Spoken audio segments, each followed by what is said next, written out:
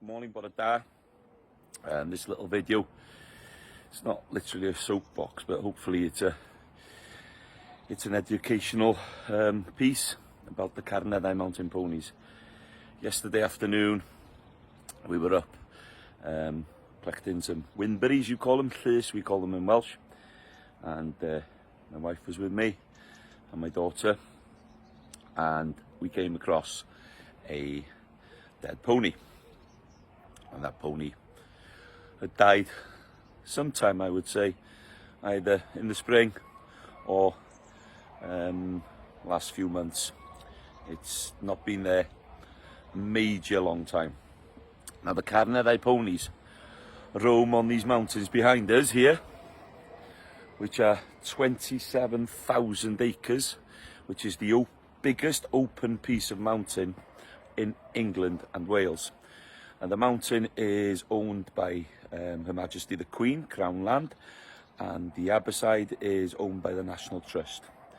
But we are farmers, we have grazing rights. So we've got grazing rights for sheep and we've got grazing rights for ponies.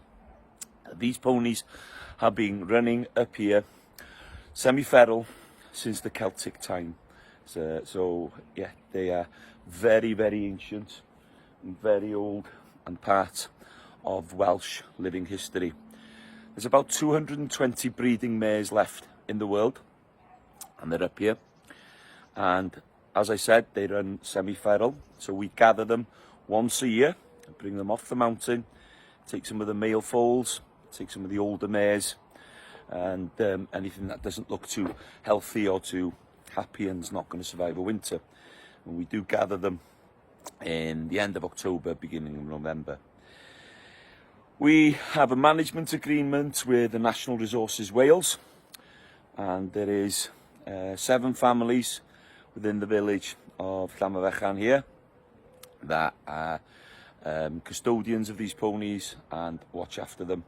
And there is 3 families over in Bethesda as well, Llanllechid, that do the same. We have a very small amount of money from National Resources Wales, which does help towards paying for the petrol and for chipping and passporting the ponies when they are brought down off the mountain, because over the last 5 years we've been able to rehome everyone. We have a massive support system here with so many people, too many to mention, that help make sure that there is a future for these ponies on the mountain. And it's a network of people that give their time and find homes for these ponies.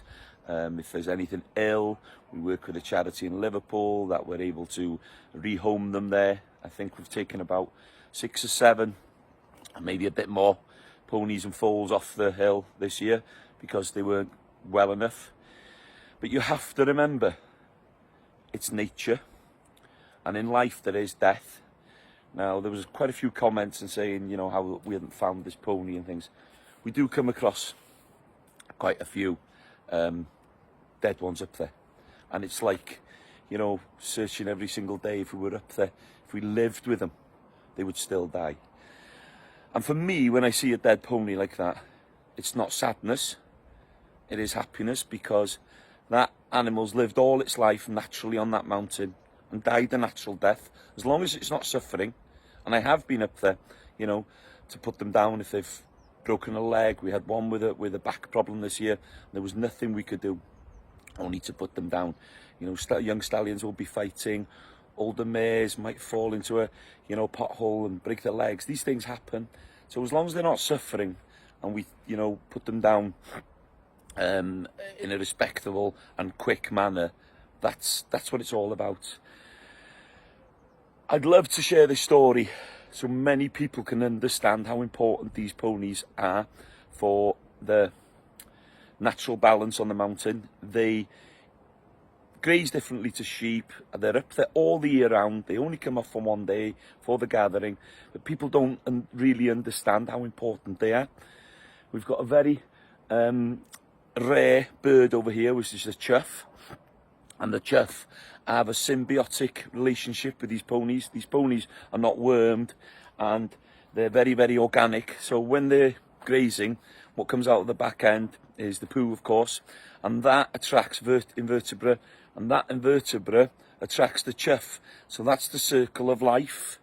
And again, you know, when a pony dies up there, that will be feeding many, many families, from carrion to foxes to stoats to whatever it is. You know, they will be eating on that big carcass, and it is a big carcass that can feed many, many families up on the Carneddau mountain.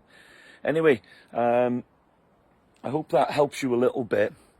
I will keep posting pictures and stories about these ponies over the year, but I'd really like people just to look them up before they comment and put silly, you know, comments up, because education is key. And this is not like attacking people for saying things.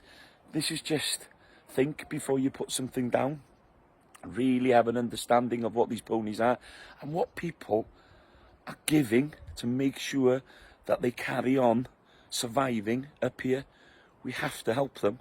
You know, they're such an important part of Welsh history, and we need to protect them. Anyway, have a lovely day. We are living the dream.